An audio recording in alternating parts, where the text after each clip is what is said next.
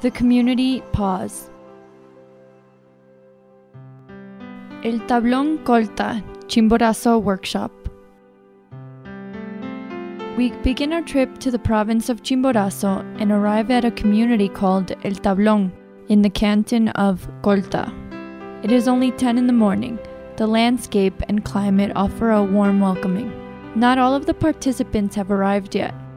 The locality is difficult to reach and the steep and winding road does not make it any easier.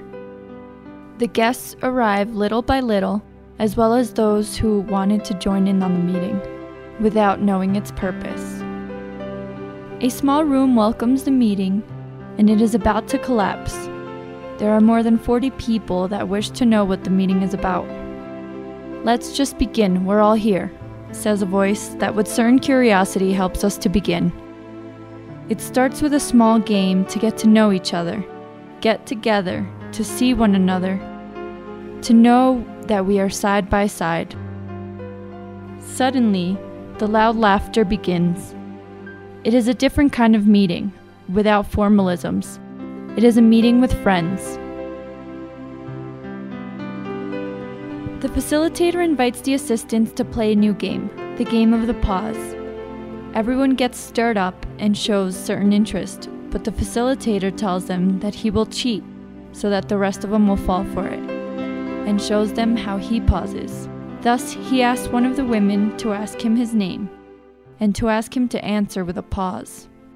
The woman asks, "What is your name? Can you answer with a pause, taking a little bit of time?" The facilitator responds after a moment, "William," and asks, "Did you see how I paused?" Everyone was amazed and some smiled, while others showed an expression of amazement. "Now we are all going to pause," says the facilitator. Hence, with his signal, everyone will respond the question that he is going to ask. He asks, "What is the name of your father?" A couple of seconds pass and the signal is given, and in one single voice, the names merge and you can only hear tones of voices calling for their fathers. Wow, you can notice the happiness in each one. It is different, it is new, and what is innovative is how quickly the group has learned to pause. Now that we have all learned to pause, we can learn to accompany one another. Then the facilitator uses his own language to teach. You can see a certain inquisitive look in the participants, wanting to know what he is about to say, but they simply accompany him. Word after word is accompanied by each of the participants when it is their turn.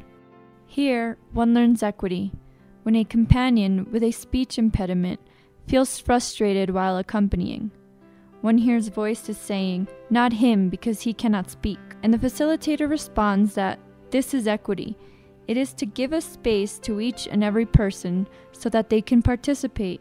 That is what it means being beside another human being, accompanying without judging, without criticizing, simply being by their side.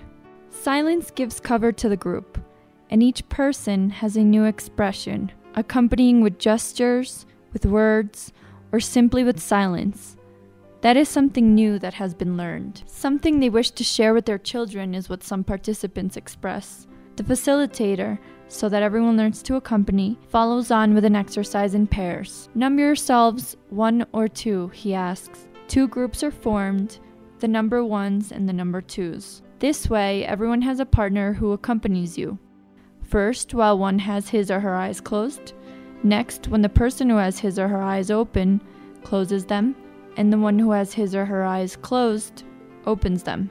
And finally, when both close their eyes." One can hear laughter, but as they begin to walk, each one begins to trust his or her partner. When the exercise finishes, the facilitator asks what they felt. Many say, "Taken care of. Fear at the beginning, but I then felt the company and care," as though one shares together. And the facilitator's question for the group is that not the community? Everyone responds yes. "Sometimes we are blind within an organization," comments a participant. The facilitator invites everyone to participate in a new exercise, how to make decisions with a pause. The participants show astonishment and express that this is what organizations should have, and that having a space for listening and communicating is key. The facilitator asks the group, "What has been learned today?" Everyone responds with happiness. The pause, decision making, how to express myself from what I feel, the I message, accompanying another human being, which may simply be listening in silence. The happiness and gratitude is felt in the expression of each of the participants, along with the question, "How do I do it?" This is the way that this warm and caring meeting ends with the community, and that as of today will never be the same.